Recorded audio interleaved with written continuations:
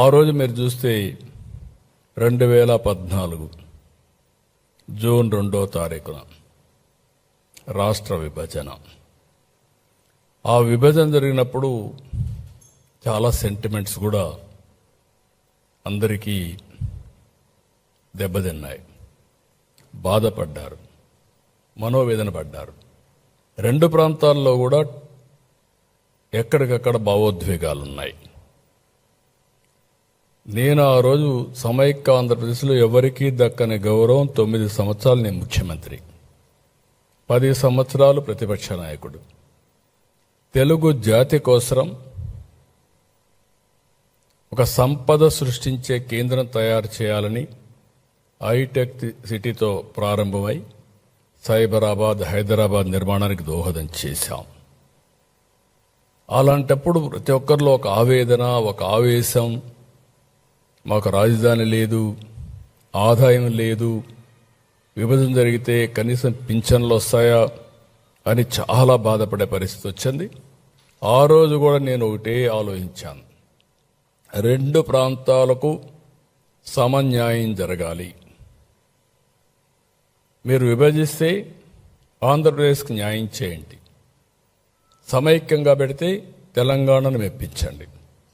ఇద్దరికి న్యాయం చేసి సమస్య పరిష్కారం చేయాలని ఆ రోజు చెప్పాం. సరే, పరిష్కారం కాకుండా విభజన జరిగింది.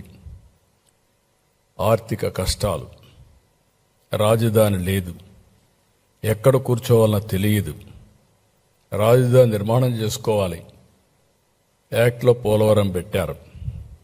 పోలవరం ఒక సంకల్పం, అప్పటికి అక్కడ ఏమీ లేదు. ఆ రోజు మీరు చూస్తే 7 మండలాలు, ముంపుకు గురయ్యే మండలాలు తెలంగాణలో పెట్టారు. నాకుండే అనుభవంతో ఆ రోజు నేను ఒకటే ఆలోచించాను, ఈ 7 మండలాలు ఆ పక్కనుంటే జూన్ 2వ తారీఖున 2 రాష్ట్రాలుగా విభజన జరిగితే ఇంకా ఇది అసాధ్యం. మళ్ళీ తెలంగాణ అసెంబ్లీ యాక్సెప్ట్ చేసి లేకుంటే గవర్నమెంట్ యాక్సెప్ట్ చేస్తే తప్ప పోలవరం నిర్మాణం జరగదని చెప్పే ఉద్దేశంతో నేను ఎక్కడికక్కడ ముందే ఆలోచించి, ఎందుకంటే నాకుండే అనుభవం, ఆ సమయస్ఫూర్తితో యాక్ట్ చేసి ఆనాటి ప్రభుత్వం నరేంద్ర మోడీ గారికి, అదే మరిగా కొండే కేంద్ర నాయకత్వానికి చెప్పాను, 7 మండలాలు ఇస్తే నేను ప్రమాణ స్వీకారం చేస్తాను, మీరు ఇవ్వకపోతే నేను ప్రమాణ స్వీకారం చేయలేను.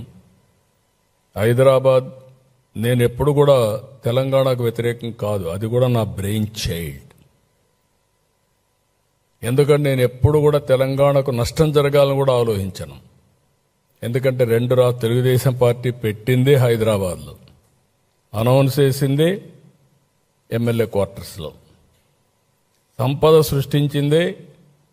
ఈరోజు ఇవన్నీ వచ్చాయంటే, నిన్న కూడా పార్లమెంట్లో మాట్లాడుతుంటే చాలామంది ఎంపీలు హైదరాబాద్ని గుర్తు చేసుకునే పరిస్థితికి వచ్చారు. అదే నాకు గౌరవం. ఆ గౌరవాన్ని పోగొట్టుకునే పరిస్థితి ఎప్పుడు నేను తేను.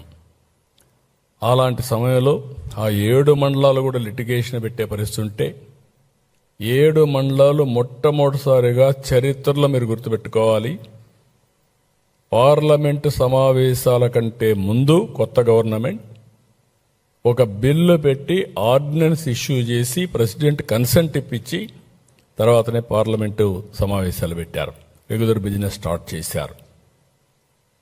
అది కూడా జూన్ 2వ తారీఖు కంటే ముందు. అప్పుడే ఇది సాధ్యమైంది. అక్కడి నుంచి విజయవాడకు వచ్చాం. విజయవాడకు వచ్చినప్పుడు ఎక్కడ కూర్చోవాలో తెలియదు, ఆఫీసు లేదు. ఒక SC office, irrigation SC office, అదే క్యాంప్ ఆఫీస్. అక్కడే నా బస.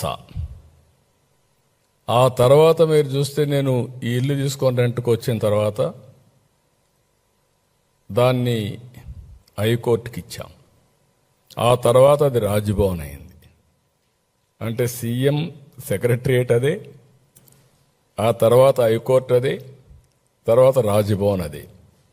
అంటే అన్ని పర్పస్లు మనకి ఏమీ లేదు అనడానికి ఇక్కడ ఒక ఉదాహరణ మాత్రం.